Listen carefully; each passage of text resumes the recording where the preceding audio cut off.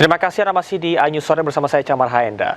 Serangan drone Iran menyasar kem-kem Kurdi di kawasan Irak Utara di tengah gencatan senjata dengan Amerika. Serangan drone sempat dicegat namun tidak berhasil.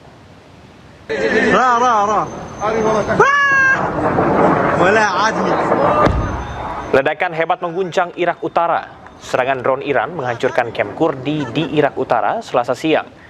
Serangan drone sempat berhasil ditangkal sebuah pesawat diduga milik Perancis. Namun sejumlah serangan berhasil mengenai kem Kurdi. Akibat serangan drone Iran, seorang politisi dari kelompok oposisi Kurdi tewas.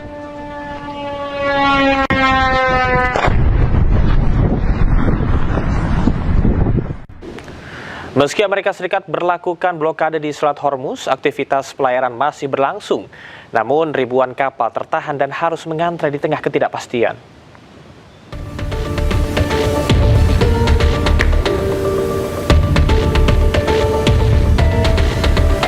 Sebanyak 14 kapal tercatat masuk ke arah Teluk dan 7 kapal keluar dari selat. Total ada 25 kapal melintas hingga Selasa malam. Tercatat sebanyak 13 kapal masih berada di kawasan selat dan kapal-kapal ini sempat berhenti sebelum mendekati garis blokade. Sementara itu sekitar 2.000 kapal masih tertahan di sisi Teluk dan 40 lainnya menunggu untuk masuk. Laporan juga menyebutkan ada kapal yang memalsukan sinyal AIS untuk menyamarkan identitas.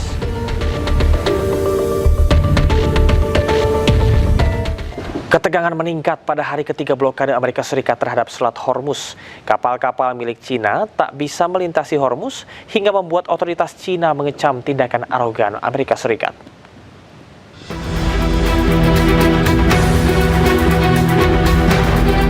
Tiga hari sudah Selat Hormuz diblokade oleh Amerika Serikat.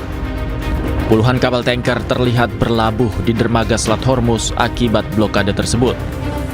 Blokade Amerika Serikat juga berdampak pada lalu lintas kapal tanker yang mengangkut minyak ke Cina.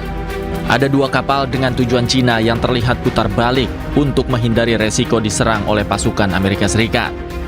Hal ini membuat Cina merespon dengan tegas. Cina mengecam blokade Selat Hormuz karena dinilai berbahaya dan justru memperburuk ketegangan di Timur Tengah. 在相关方业已达成临时停火安排的情况下，美方加码军事部署，采取定向封锁行动，只会激化矛盾，加剧局势紧张，破坏本就脆弱的停火局面，并进一步冲击海峡通行安全。这是危险和不负责任的行为。中方认为，只有实现全面停火止战，才能从根本上为缓和海峡局势 创造条件，中方敦促各方恪守停火安排。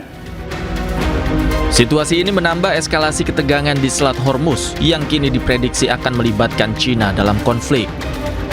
Perang akan semakin panjang dan meluas akibat blokade sepihak yang dilakukan Amerika pada Selat Hormuz. Apalagi Amerika Serikat telah menambah pasukan di Timur Tengah pasca gagalnya perundingan dengan Iran. Dengan arogan, Amerika Serikat mengklaim serangan akan dilakukan dengan target yang lebih luas. Hari kedua blokade Amerika Serikat, sejumlah kapal tanker minyak tertahan di Selat Hormuz.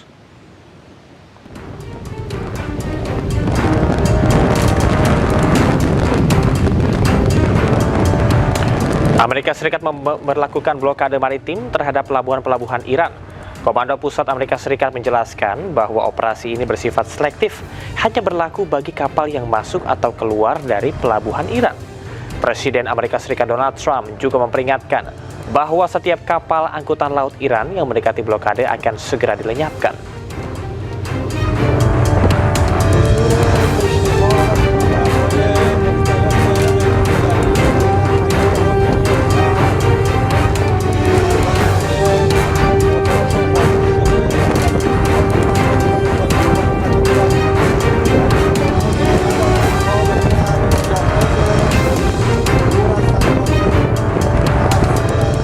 Amerika memblokade Selat Hormuz untuk memaksa Iran menyerah.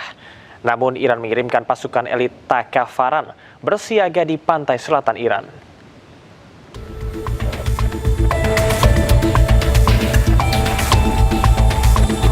Amerika mulai memblokade Selat Hormuz sejak Senin 13 April. Langkah ini diambil setelah negosiasi dengan Iran gagal. Eskalasi konflik sejak akhir Februari memuncak dengan langkah yang dipilih Amerika. Trump menyebut bahwa pemerintahannya akan memblokade kapal-kapal yang membayar tarif lintas Selat Hormuz ke Iran. Tarif itu disebut Trump sebagai tol ilegal.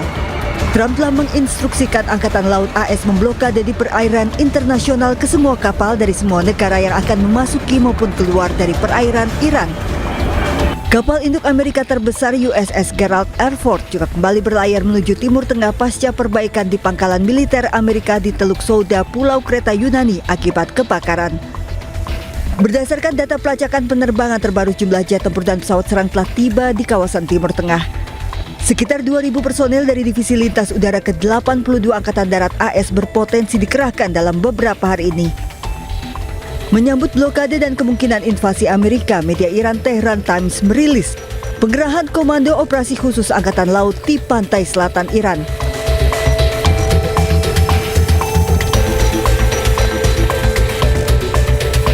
Foto-foto sejumlah pasukan elit Angkatan Laut Iran Takafaran yang dilatih untuk operasi maritim, perang pesisir, dan misi khusus terlihat sudah bersiaga.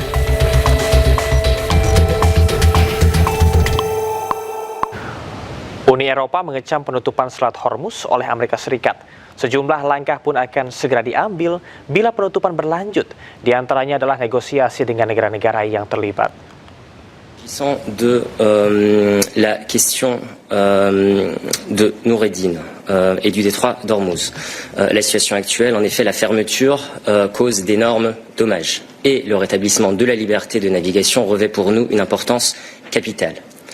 Nous rejetons et continuerons de rejeter toute mesure ou arrangement qui entrave la sécurité maritime et qui limiterait la liberté de passage dans le détroit d'Ormuz conformément au droit international.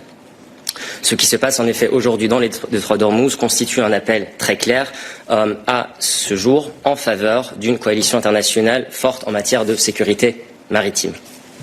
S'agissant des initiatives que nous voyons éclore et émerger sur le terrain, de nombreuses initiatives sont sur la table, mais les objectifs restent très simples, à savoir un passage libre et en toute sécurité pour tous les bateaux via cet itinéraire, le détroit d'Ormuz. Perserikatan Bangsa-Bangsa optimis akan ada negosiasi tahap kedua. PBB juga mengingatkan Israel melanggar hukum internasional bila terus menyerang Libanon. The indication we have is that it is highly probable that these talks will restart. I had today a meeting with the Deputy Prime Minister of Pakistan, and I want to take profit of this occasion to express my enormous admiration to Pakistan for the very important initiative that Pakistan has been assuming in order to bring peace to the Middle East. Well, I believe that nobody expects that these talks today will solve all the problems, but I think it will be very important if these talks create the conditions to a change in the way the actors have been developing their activities. Until now, the truth is that Hezbollah and Israel have always helped each other to destabilize the government of Lebanon. Whenever Israel occupies part of the territory of Lebanon, that is the pretext Hezbollah uses to say we cannot disarm, we must keep the resistance.